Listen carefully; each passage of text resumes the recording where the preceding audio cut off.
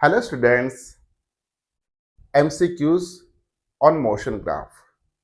Motion graph के related किस किस टाइप के एमसीक्यूज पूछे जा सकते हैं कॉम्पिटिटिव एग्जाम में और उन्हें कैसे सॉल्व करना है, ये हम इस वीडियो में कंसेप्चुअली डिस्कस करेंगे।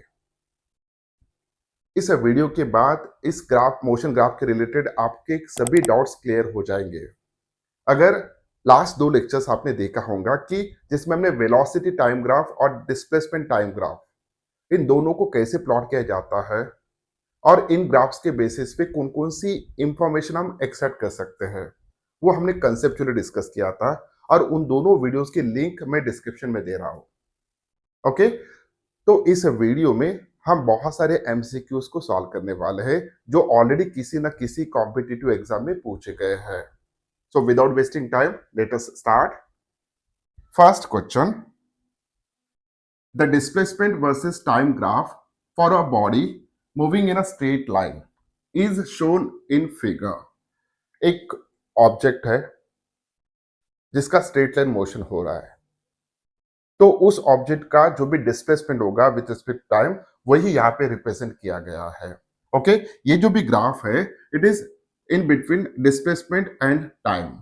Time is taking along x axis whereas displacement is taking along y axis। okay, which of the following regions represents the motion when no force is acting on the body। तो इस graph के basis पे हमें एक reason find out करना है जहां पे उस बॉडी के ऊपर एक्सटर्नल फोर्स एक्ट नहीं हो रहा है। According to Newton second law, force is equal to mass into acceleration. जब उस बॉडी का एक्सेलरेशन जीरो होगा, इसका मतलब है जब एक्सेलरेशन जीरो होगा इसका मतलब है वहां पे फोर्स एक्ट नहीं हो रहा है। ओके, एक्सेलरेशन की वैल्यू जब जीरो होगा उस वक्त फोर्स की वैल्यू कितना होना चाहिए सर? जीरो होना चाहिए। तो यहाँ पे इस ग्राफ के बेसिस पे हमें कहाँ पे एक्सेलरेशन जीरो है वो फाइंड आउट करना है।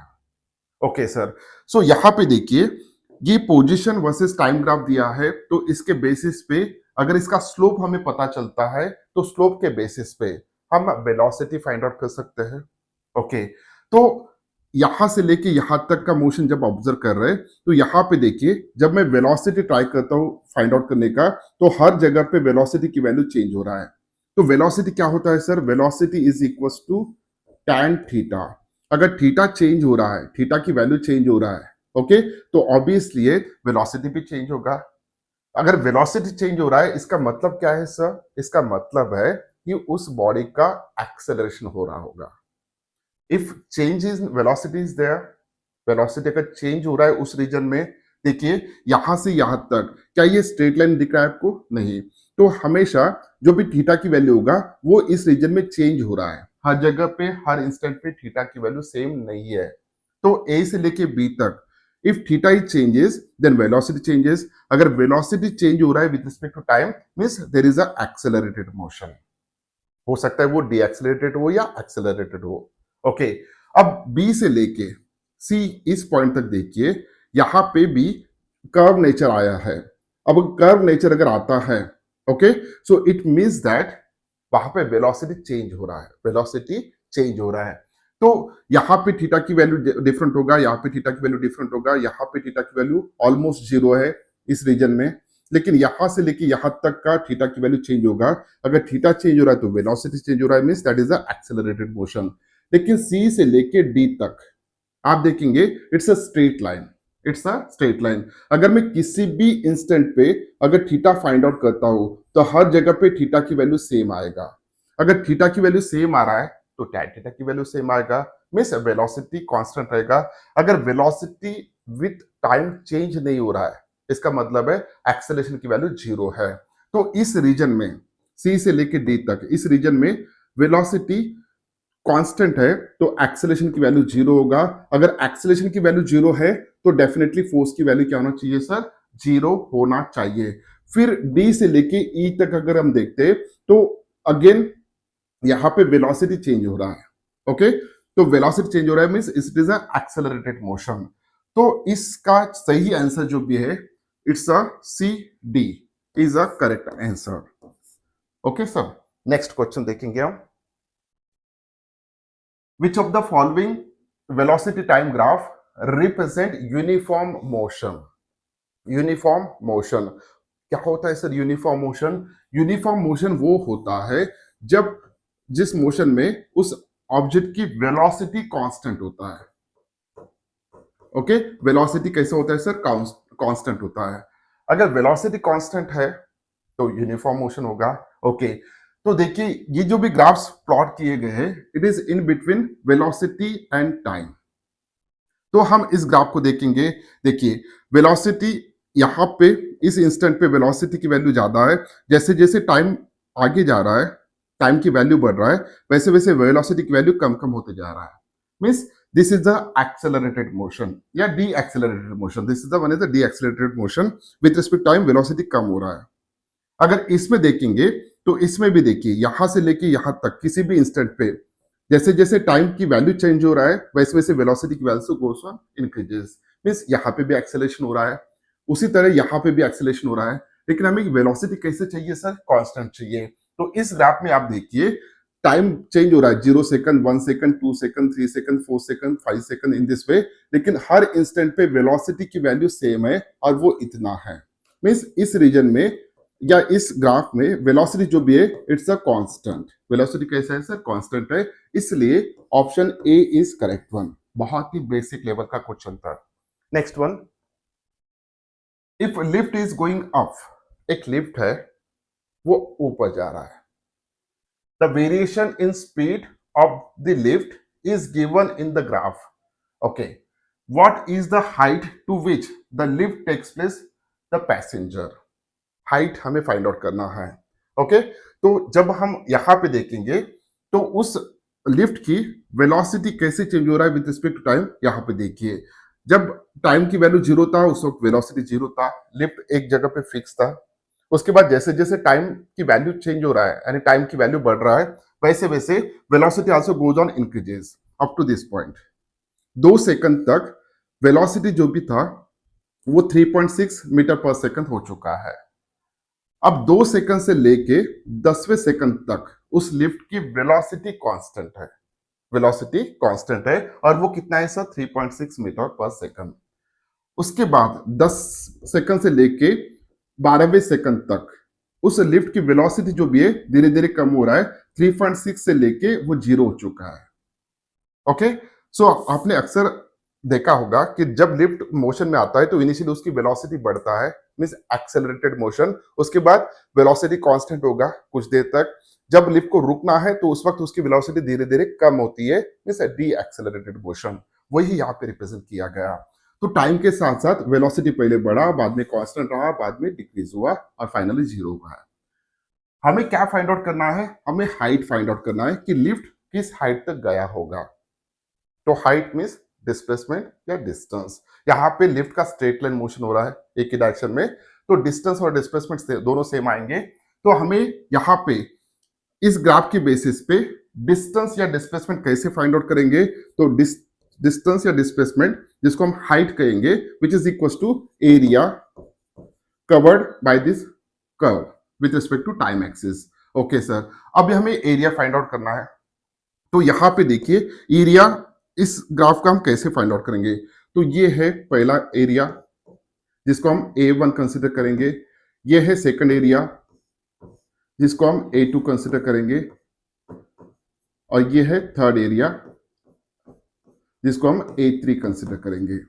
Okay sir, so this is equal to A1 plus A2 plus A3। So this is equal to, अब इसका एरिया कितना आएगा sir? This is the triangle. इसका बेस पता है हमें, बेस कितना है? यहां से लेके यहां तक इट्स अ 2 और यहां से लेके यहां तक हाइट कितना है सर? It's a 3.6। 2 और 3.6, तो area of triangle is half into base into height. Okay, ultimately ये कितना आएगा? 3.6 आएगा। तो A1 की वैल्यू आ गया 3.6। उसी तरह A2 की वैल्यू कितना आना चाहिए? तो A2 देखिए ये वाला पोर्शन, तो ये कितना आएगा? सो बेस कितना है? पूरा 8 है, 10 minus 2 it's 8 multiplied by height कितना है? 3.6। ओके, इसको एज इट इज छोड़ देंगे अभी फिलहाल। A3 कितना है? A3 is equal to again जैसे यहाँ पे था उसका एरिया इतना ही आएगा, it's a 3.6. So this is equal to 3.6 plus 8 multiplied by 3.6 plus 3.6. So this is equals to 10 times into 3.6 which is equals to 36. Okay, metre. तो S जो भी है इट्स अ 36 मीटर आना चाहिए आंसर. एंड टोटल हाइट उस lift ने जो भी राइज किया है it should be equals to 36 metre. तो option C is correct one. Option C is correct one. Next question. The velocity time graph of a body moving in a straight line is shown in figure. The displacement and distance traveled by the body in 6 seconds are respectively. जो भी motion उस object का हो रहा है it's for the 6 second. अब देखिए उस बॉडी को थोड़ा इमेजिन कीजिए कि उसकी वेलोसिटी वर्सेस टाइम ग्राफ यहाँ पे दिया है. तो पहले 2 सेकंड में उसकी वेलोसिटी कितना था सर? 4 मीटर पर सेकंड. उसके बाद सेकंड से लेके फोर्थ सेकंड तक, दूसरे सेकंड से लेके फोर्थ सेकंड तक उसकी वेलोसिटी जो भी था वो माइनस में आ चुका है. यहाँ पे ये वैल्यूज माइनस में है. ओके, यानी वो ऑब्जेक्ट रिवर्स आ चुका है. 2 सेकंड तक फॉरवर्ड गया, बाद में वो चौथे सेकंड तक रिवर्स आया. फिर फोर्थ सेकंड से लेके 6 सेकंड तक वो फिर पॉजिटिव वेलोसिटी से मूव हुआ है. तो यहाँ पे सर हमें सबसे पहले डिस्प्लेसमेंट फाइंड आउट करना है, उसके बाद डिस्टेंस फाइंड आउट करना है. तो यहाँ पे अगेन 3 एरियाज हमें कंसिडर करना होगा. This is the first area, this one is the second area, this one is the third area. Okay, so A1 और A2 और A3 इन तीनों में अगर देखते हैं तो A1 और A2 ये पॉजिटिव इसमें है रीजन में, और A2 जो भी है ये नेगेटिव रीजन में है. तो अब हमें अगर डिस्टेंस फाइंड आउट करना है तो इन दोनों को ऐड करना होगा और इसको सब्ट्रैक्ट करना होगा. हमने थियरी लेक्चर में देखा था. अगर मुझे डिस्प्लेसमेंट फाइंड आउट करना है तो तीनों को ऐड करना है. So displacement is equals to A1 plus A2 plus A3. हम जनरली इसको मॉड में लेते हैं. ओके सर, तो A1 की वैल्यू कितना आएगा? देखिए A1 की वैल्यू कितना आएगा, डायरेक्टली कैलकुलेट करते हैं. यहां से लेके यहां तक का वैल्यू कितना है? 2. और ये वैल्यू कितना है? 4. तो 2 multiplied by 4 is equals to 8 plus A2 की वैल्यू 2, ओके, माइनस 2 यानी माइनस 4 आएगा. तो मॉड में माइनस 4 लिखेंगे हम, प्लस A3 की वैल्यू कितना है? वो जो पॉजिटिव आने वाला है. सो 2 multiplied bye 2 it's a 4. Okay, ये भी मॉड में ले लेंगे. अब सभी मॉड में है तो नेगेटिव यहां से हट जाएगा. तो 8 plus 4 plus 4 8 plus 8 is equal to 16. तो डिस्प्लेसमेंट जो भी है सर इसका, सॉरी डिस्टेंस जो भी है, ये डिस्टेंस हम पहले कैलकुलेट कर लेते हैं. डिस्टेंस इज इक्वल टू 16 आ चुका है. डिस्टेंस ये 16 मीटर इतना कवर कर चुका है. अब डिस्प्लेसमेंट फाइंड आउट करते हैं. So displacement is equal to A1 plus A2 plus A3. A1 की वैल्यू कितना है सर? 8. A2 की वैल्यू -4 और A3 की value +4. This is equals to 8 metre. Okay sir, तो डिस्प्लेसमेंट 8 मीटर आ चुका है और डिस्टेंस 16 मीटर आ चुका है. हमें सबसे पहले डिस्प्लेसमेंट पूछा है, उसके बाद डिस्टेंस पूछा है. तो 8 और 16 is a correct one. Option A is correct one. Okay, अगर आपको डिस्टेंस फाइंड आउट करना है तो सभी को ऐड करेंगे, सभी एरिया को. अगर डिस्प्लेसमेंट फाइंड आउट करना है तो जो भी माइनस है एरिया, टाइम एक्सेस के नीचे का एरिया आ रहा है उसको हम सब्ट्रैक्ट करेंगे ऊपर के एरिया से. Next one, the velocity time graph for a moving object is shown in figure. Total displacement of the object during the time interval when there is non-zero acceleration and retardation is.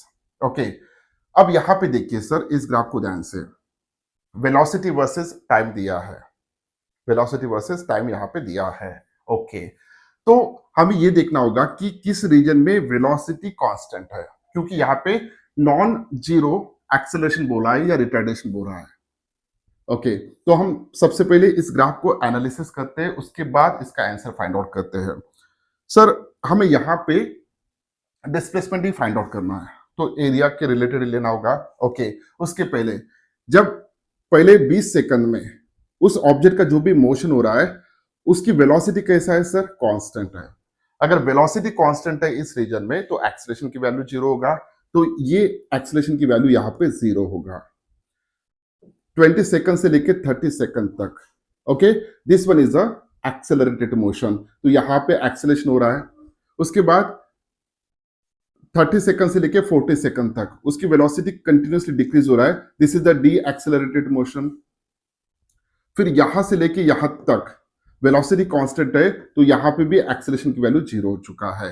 Means ये जो भी graph आपको दिख रहा है, okay this one, सो इस area, इस reason में उसका एक्सेलरेशन हुआ है और इस रीजन में उसका डी एक्सेलरेशन हुआ है, तो हमें ये दो एरियाज अभी कंसिडर करने हैं। ओके सर, तो इस एरिया के बेसिस पे तो हम इसका एरिया कैसे फाइंड आउट करेंगे, इसको दो इसमें डिवाइड कर लेते हैं। So this is the first area. Okay, so अब मुझे डिस्प्लेसमेंट फाइंड आउट करना है, तो दिस इज इक्वल्स टू, इस एरिया को हम A1 कंसिडर करेंगे प्लस, और इस ट्रायंगल को हम A2 कंसिडर करेंगे। ओके सर, अब A1 का एरिया कितना आएगा, बेस कितना है सर, इट्स अ 20, और हाइट कितना है सर, इट्स अ 1, सो ये हो गया 20 multiplied by 1 is equal to 20। Okay, plus अब ट्रायंगल का एरिया फाइंड आउट कर लेते हैं। ट्रायंगल का एरिया कैसे फाइंड आउट करेंगे सर, देखिए ये ट्रायंगल है, इसका बेस कितना है sir, base is equal to 20, और हाइट कितना है sir, 4 minus 1 it's a 3, so 1/2 multiplied by base की वैल्यू है यहाँ पे 20 मल्टीप्लाइड बाय, और हाइट जो भी है इट्स अ 3, 4 माइनस 1, 4 माइनस 1 इतना हाइट है। Okay, so this is equal to 30, तो A2 की वैल्यू आ चुका है 30। So total displacement during non accelerated, sorry, during non zero accelerated and retarded motion is 50, okay, metre. So 50 metre is the correct answer, तो option B is correct one. Next type का question हम देखते हैं यहाँ पे, for velocity time graph shown in figure, ये भी graph velocity versus time दिया है, the distance covered by the body in last 2 second. Okay, last 2 second यानी 5 से लेकर 7 तक, ये वाला distance covered by the body in last 2 second of its motion is what fraction of the total distance covered by it in all 7 second. Okay sir, so distance during 7 second और distance during last 2 second, ये हमें पहले find out करना है। फिर जो भी distance last 2 second में आएगा इसको डिवाइड करना है distance in last 7 second, total 7 second तक। ओके, तो पहले वो फाइंड आउट कर लेते हैं। So distance in last 2 second कितना कवर किया होगा, so it is equals to 1/2, वो ट्रायंगल दिख रहा है मुझे, तो इसका मैं एरिया कैलकुलेट कर लेता हूँ। सो इसका एरिया कितना आएगा, triangle multiplied by base, sorry half multiplied by base, base है 2 मल्टीप्लाइड बाय हाइट कितना है sir, it's a 10, so this is equals to 10 metre, ये आ चुका है। अब total distance during all 7 second is equals to कितना है, वो हम कैलकुलेट कर लेते हैं। ओके सर, टोटल यहां से मोशन स्टार्ट हो रहा है up to this one, okay, यहां से स्टार्ट हो रहा है up to this one, total ये कितना हो गया sir, it's a 6, okay, total 6 second तक वो ट्रैवल कर रहा है। ओके, पहले तो वेलोसिटी जीरो था उसका, तो इसलिए हम यहां से मोशन कंसिडर करेंगे। अब इसका अगर टाइम हमने फाइंड आउट किया तो ऑब्वियसली सर इसका भी कितना आना चाहिए, 10 आना चाहिए। ओके, 10 प्लस 10 इन दोनों का एरिया हम ले चुके हैं। अब इसका एरिया कितना आएगा सर, ये है 2 और ये है 10, सो इससे 20 कितना आना चाहिए, 20 आना चाहिए, क्योंकि बेस कितना है सर, इस एरिया फाइंड आउट अगर करना है हमें, base multiplied by height, base है 2 और हाइट है 10 यानी 20 हो चुका है। ओके, सो टोटल जो भी आ रहा है इट्स अ 40 मीटर। अब हमें फ्रैक्शन लेना है। ओके, सो फ्रैक्शन के लिए हम S2 अपॉन S7 करेंगे, it is equal to 10 upon 40 is equal to 1/4, तो इतना फ्रैक्शन वहां पे आंसर आ रहा है, तो option B is correct one. Next type का question, velocity time graph, velocity time curve for a body projected vertically upward is, एक object को हमने वर्टिकली फेंका है ऊपर वर्टिकली, ओके, वर्टिकल डायरेक्शन में। तो जैसे हम इसको इस ऑब्जेक्ट को थ्रो करेंगे तो ये ऑब्जेक्ट नीचे जाएगा, ऊपर जाएगा और उसकी वेलोसिटी धीरे धीरे कम हो जाएगा और उसकी वेलोसिटी बाद में ऊपर से रिवर्स हो जाएगा और नीचे आएगा। ओके, अगर हम इसका ग्राफ प्लॉट करते हैं तो वो ग्राफ किस टाइप का रहेगा? अगर वेलोसिटी वर्सेस टाइम हम अगर लेते हैं, ओके, तो जैसे ही हमने ऑब्जेक्ट को ऊपर फेंका, जब टाइम की वैल्यू जीरो था, तो ऊपर फेंकते वक्त उसकी वेलोसिटी हमने कुछ ना कुछ इनिशियल वेलोसिटी दिया था। तो जैसे ही इसको हम ऊपर थ्रो कर रहे हैं उस वक्त इसकी वेलोसिटी सबसे ज्यादा होगा और अंडर ग्रेविटी जब मोशन होगा तो ड्यू टू ग्रेविटी इसका रिटार्डेशन होगा, यानी ऊपर जाते वक्त तो इसकी वेलोसिटी कम कम होना चाहिए और एक वक्त ऐसा आएगा कि एक हाइट ऐसा आएगा जिस हाइट पे इसकी वेलोसिटी जीरो होगा। ओके, उसके बाद नीचे आएगा with increasing velocity in a negative direction. तो इसको अगर हम प्लॉट करते हैं तो it is like this one. सबसे पहले टाइम जीरो था, वेलोसिटी सबसे ज्यादा था, वेलोसिटी की वैल्यू कम कम होती जा रही है, एक पर्टिकुलर हाइट पे वेलोसिटी की वैल्यू जीरो होगा, उसके बाद वेलोसिटी की वैल्यू नेगेटिव में बढ़ेगा, नेगेटिव में बढ़ेगा। So it should be straight line, तो वो स्ट्रेट लाइन होना चाहिए। Next question, the displacement time graph of moving particle is shown below.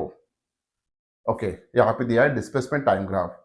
The instantaneous velocity of the particle is negative at the point. हमें displacement time graph दिया है, इसके basis पे instantaneous velocity find out करना है। Sir जब भी instantaneous velocity हमें फाइंड आउट करना होता है तो किसी भी पॉइंट पे अगर इंस्टेंटेनियस वेलोसिटी फाइंड आउट करना है तो वहां पे हम स्लोप फाइंड आउट करते हैं। ओके सर, अब देखिए, अब यहाँ पे कुछ पॉइंट्स दिए, उसी पॉइंट पे मैं स्लोप ड्रा करूंगा। अब यहाँ पे अगर हम स्लोप लेते हैं इस कर्व पे तो that's is like this one, tangent ऐसा आएगा। ओके, टेंजेंट ऐसे ड्रॉ होगा। अब इस टेंजेंट ने विथ रिस्पेक्ट टाइम एक्सिस जो भी एंगल किया है वो हम एंगल कंसिडर करेंगे यहाँ पे। ओके, अब थीटा जो भी है, थीटा वन जो भी है, इसकी वैल्यू लेस देन 90 डिग्री आ रहा है। अगर थीटा की वैल्यू लेस देन 90 डिग्री आता है तो उस केस में velocity is equal to tan theta होगा, थीटा वन। ओके, थीटा की वैल्यू अगर लेस देन 90 डिग्री आ रहा है तो tan of that theta should be equal to positive, यानी वेलोसिटी जो भी होगा, वेलोसिटी ये पॉजिटिव होगा। इस पॉइंट पे अगर हम देखेंगे, अगर यहाँ पे मैं टेंजेंट ड्रॉ करता हूं तो उस टेंजेंट ने विथ रिस्पेक्ट टाइम एक्सिस कितना एंगल किया है? जीरो किया है। Okay, theta is equal to 0 degree, theta 2 इस पॉइंट पे, डी पॉइंट पे, तो इसका मतलब है कि वेलोसिटी वहां पे जीरो है। उसके बाद इस पॉइंट पे अगर मैं टेंजेंट ड्रॉ करता हूं इस पॉइंट पे, so tangent is like this one. अब इस टेंजेंट ने टाइम एक्सिस के साथ कितना एंगल किया है वो हम देखेंगे। तो यहाँ पे एंगल जो भी है it is greater than 90 degree है, ग्रेटर देन 90 डिग्री है। अगर थीटा की वैल्यू ग्रेटर देन 90 डिग्री है तो tan of that theta should be equal to negative. तो यहाँ पे इस पॉइंट पे, ई पॉइंट पे वेलोसिटी जो भी है सर वो नेगेटिव आ रहा है, instantaneous velocity at this point negative आ रहा है। अगर यहाँ पे स्लोप ड्रॉ करूंगा मैं, ओके, इस ग्राफ को, सॉरी, इस ऐसे स्लोप अगर ड्रॉ करते हैं हम तो यहाँ पे थीटा की वैल्यू फिर 90 से नीचे आ रहा है। तो एक ही पॉइंट हमें मिला, ई पॉइंट, जिस पॉइंट पे instantaneous velocity is negative. Okay, तो यहाँ पे ई point is the correct answer. हमें क्वेश्चन क्या पूछा है सर? उस पार्टिकल की इंस्टेंटेनियस वेलोसिटी कहाँ पे नेगेटिव है वो पूछा है, तो ई पॉइंट पे उसकी वेलोसिटी नेगेटिव होगा। हमें ये देखना होता है कि स्लोप ने टाइम एक्सिस के साथ कितना एंगल किया है। अगर वो ग्रेटर देन 90 आता है तो नेगेटिव वेलोसिटी, अगर लेस देन 90 आता है तो पॉजिटिव वेलोसिटी। अगर 90 आ गया इसका मतलब है इनफाइनाइट वेलोसिटी, जो कि पॉसिबल नहीं है। और जीरो आ गया थीटा की वैल्यू तो velocity is zero. Next question, a train moves from one station to another in 2 hours। Okay, 2 घंटे में वो मोशन हो रहा है उसका। Its speed time graph during this motion is shown in figure. Okay, तो या अलोंग वाई एक्सिस वेलोसिटी लिया है, स्पीड लिया है, और ये टाइम एक्सिस है। The maximum acceleration during the journey is. तो सर मैक्सिमम एक्सेलरेशन हम कैसे फाइंड आउट करते हैं? हम स्लोप देखते हैं। ओके, ये स्पीड वर्सेस टाइम ग्राफ है, यहां पे हमें स्लोप क्या देता है? हमें एक्सेलरेशन देता है। ओके सर, तो देखिए यहाँ पे, अगर यहाँ पे मैं एक्सेलरेशन फाइंड आउट करता हूँ तो कम आएगा, यहाँ पे एक्सेलरेशन की वैल्यू 0 है, यहाँ पे एक्सेलरेशन की वैल्यू मैक्सिमम मुझे दिख रहा है, और यहाँ पे रिटार्डेशन है। ओके, तो इन दोनों का स्लोप मुझे लगभग सेम दिख रहा है, लेकिन हम कैलकुलेट करके देखेंगे। ये ग्राफ जो भी है ये अप टू मार्क नहीं है, इसलिए। तो देखिए, इसका अगर स्लोप मैं फाइंड आउट करता हूँ, ये सबसे ज्यादा दिख रहा है, तो स्लोप कैसे फाइंड आउट करते हैं हम? Acceleration is equal to d v by d t. Okay, यहां से लेके सी से लेके डी तक वेलोसिटी कितना चेंज हो रहा है? सी पॉइंट पे वेलोसिटी 20 था, डी पॉइंट पे वेलोसिटी 60 है, तो चेंज कितना हो गया है सर? 40। सी पॉइंट पे टाइम की वैल्यू कितना था? 1 था, डी पॉइंट पे 1.25, तो 0.25।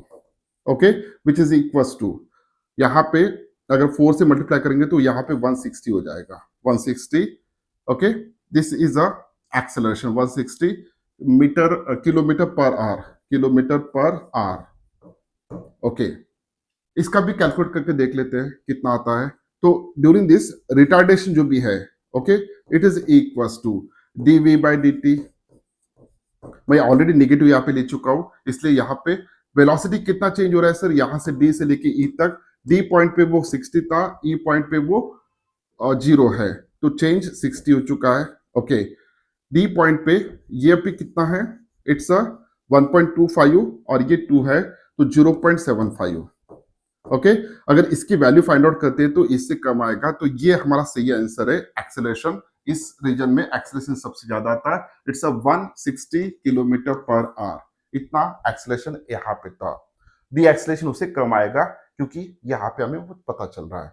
ओके, तो 160 किलोमीटर पर आवर स्क्वायर, इतना एक्सेलरेशन था।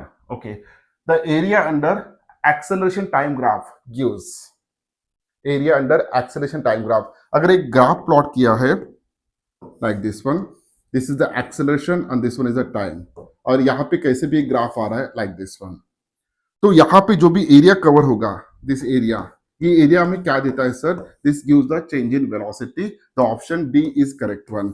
अगर यहाँ पे वेलोसिटी वर्सेस टाइम होता तो एरिया हमें डिस्प्लेसमेंट या डिस्टेंस कवर करके दे रहा था, अब वो एक्सेलरेशन वर्सेस टाइम है, इसलिए हमें वो चेंज इन वेलोसिटी देगा।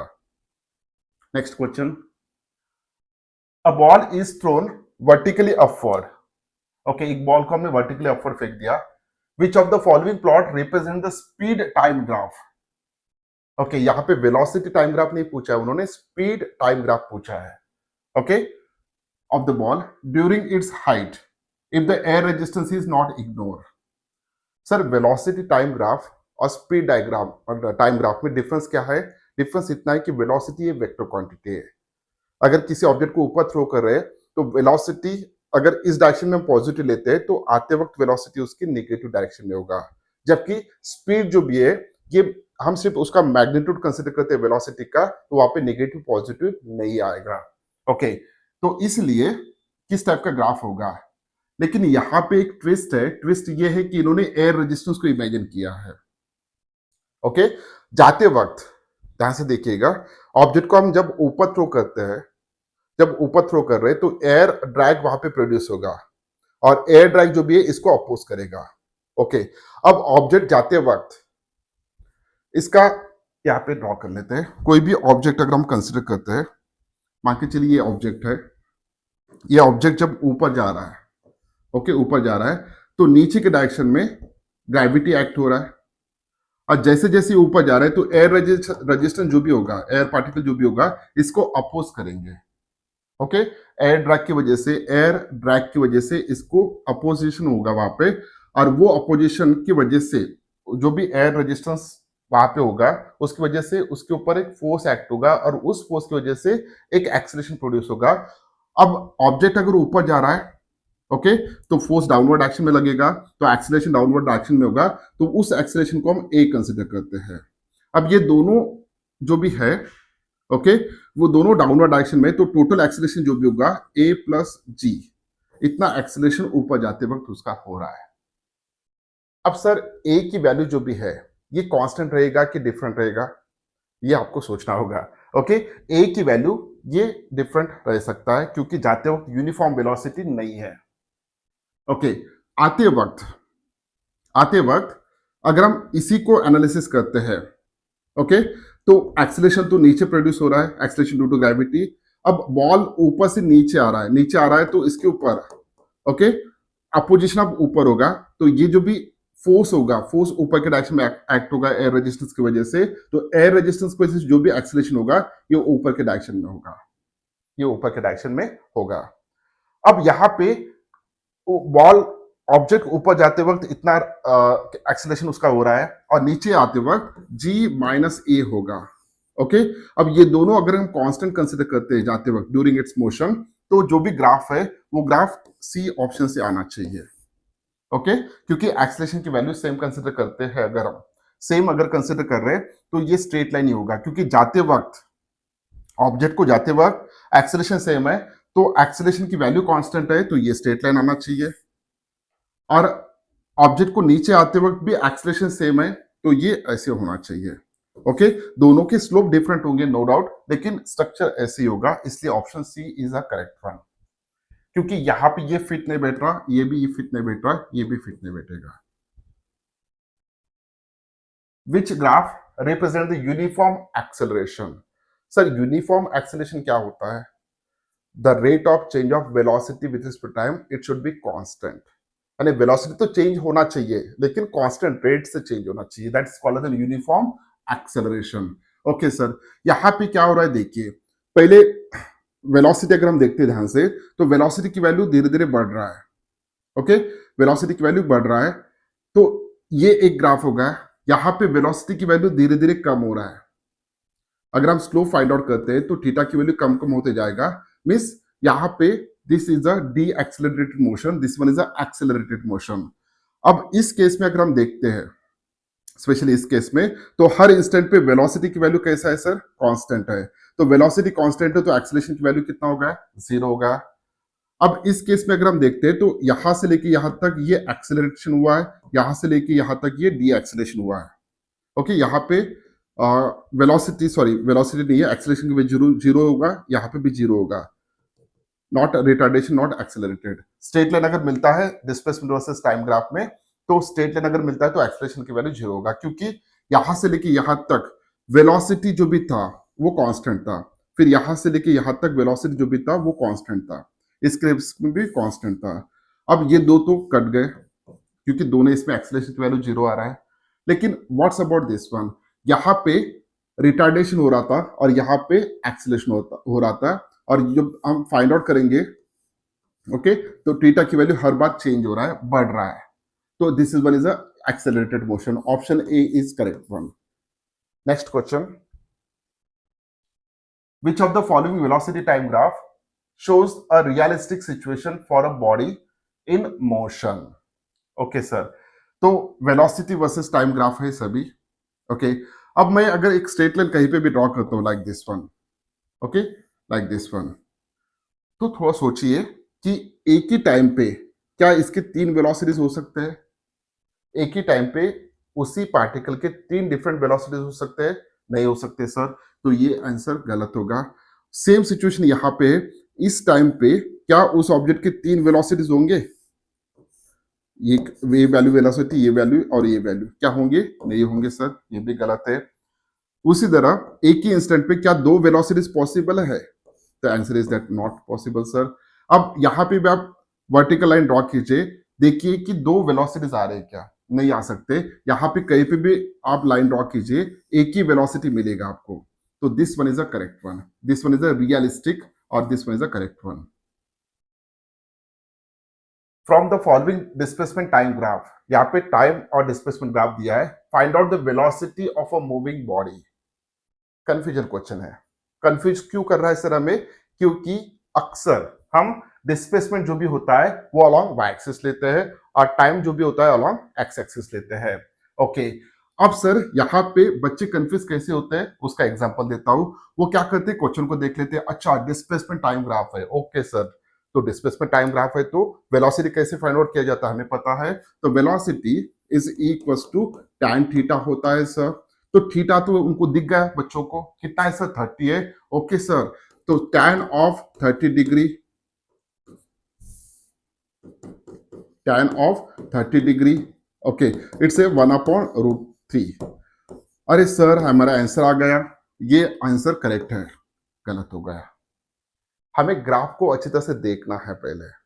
ओके, जो भी एंगल होता है सर, जब हम डिस्प्लेसमेंट टाइम ग्राफ में जो भी एंगल फाइंड आउट करते हैं, स्लोप फाइंड आउट करते हैं, तो एंगल वो with respect to time axis लेते हैं, नॉट विथ डिस्प्लेसमेंट एक्सिस। तो ये सब गलत हो जाएगा।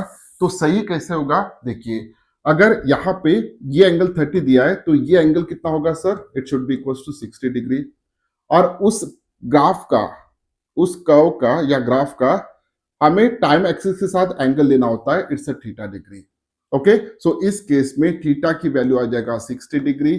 तो tan velocity is equal to tan theta and tan of 60 degree is equal to √3 आएगा। ओके, तो option C is correct one. Graph अगर अच्छी तरह से नहीं देखा है तो एंगल गलत सिलेक्शन करेंगे आप। अगर एंगल गलत सिलेक्ट करते हो तो डेफिनेटली आंसर गलत हो जाएगा। गलत आंसर का भी ऑप्शन वहां पे होगा, हमें लगेगा कि हमारा सही था, लेकिन वो गलत था। Last question I think so. Okay, the velocity time plot of a moving object is shown in figure. The average velocity of the object during the first 10 second. Okay, so यहां से मोशन स्टार्ट हुआ है, यहां तक हुआ है, total 10 second में उसका मोशन हुआ है। पहले वेलोसिटी बढ़ा, उसके बाद वेलोसिटी कम कम हुआ, एक इंस्टेंट पे 5वें सेकंड पे वेलोसिटी जीरो हो गया, वेलोसिटी नेगेटिव में बढ़ा। ओके, अप टू -5 मीटर पर सेकंड तक। उसके बाद वेलोसिटी इंक्रीज हुआ है यहां तक। एवरेज डिस्प्लेसमेंट फाइंड आउट करना है। ओके, तो एवरेज वेलोसिटी फाइंड आउट करना है यहाँ पे। सर जितनी वेलोसिटी यहाँ पे बढ़ रहा है उतना कम भी हो रहा है। अब एवरेज वेलोसिटी को अलग एंगल से ग्राफ के बेसिस पे आप डायरेक्टली कह सकते हैं कि एवरेज वेलोसिटी जीरो होगा, लेकिन सर कैसे, वो अब हम यहाँ पे कैलकुलेट करके देखेंगे। सर एवरेज वेलोसिटी क्या होता है, एवरेज वेलोसिटी क्या होता है, it's a displacement upon time. अब सर ऑब्जेक्ट का डिस्प्लेसमेंट देखिए, कहां से शुरू हुआ था, जीरो से। ओके, पहले जीरो से स्टार्ट हुआ था, फिर यहां तक आ गया। ओके, तो डिस्प्लेसमेंट के लिए हम क्या करते हैं, हम यहाँ पे एरिया फाइंड आउट करते हैं, दोनों का एरिया फाइंड आउट करेंगे। सो अगर इस एरिया को मैं A1 कंसिडर करता हूं तो ये एरिया होगा A2। जितना सर A1 का वैल्यू आएगा उतना ही A2 का वैल्यू आएगा, जितना A1 की वैल्यू आएगा उतना ही A2 की वैल्यू आएगा। ओके, अब यहाँ पे A1 की वैल्यू और A2 की वैल्यू, दोनों की वैल्यू सेम है, लेकिन A1 पॉजिटिव साइड में है और A2 नेगेटिव साइड में है। तो यहाँ पे टोटल डिस्प्लेसमेंट होगा जो भी होगा, इट्स अ जीरो, क्योंकि एरिया के बेसिस पे हम डिस्प्लेसमेंट फाइंड आउट करते हैं। सो डिस्प्लेसमेंट जो भी होगा it's a A1 minus A2 हो जाएगा। तो यहाँ पे ये वैल्यू जीरो आ रहा है, तो डिस्प्लेसमेंट जीरो, तो एवरेज वेलोसिटी जो भी होगा सर वो 0 मीटर पर सेकंड आना चाहिए। Okay, so zero is a correct answer.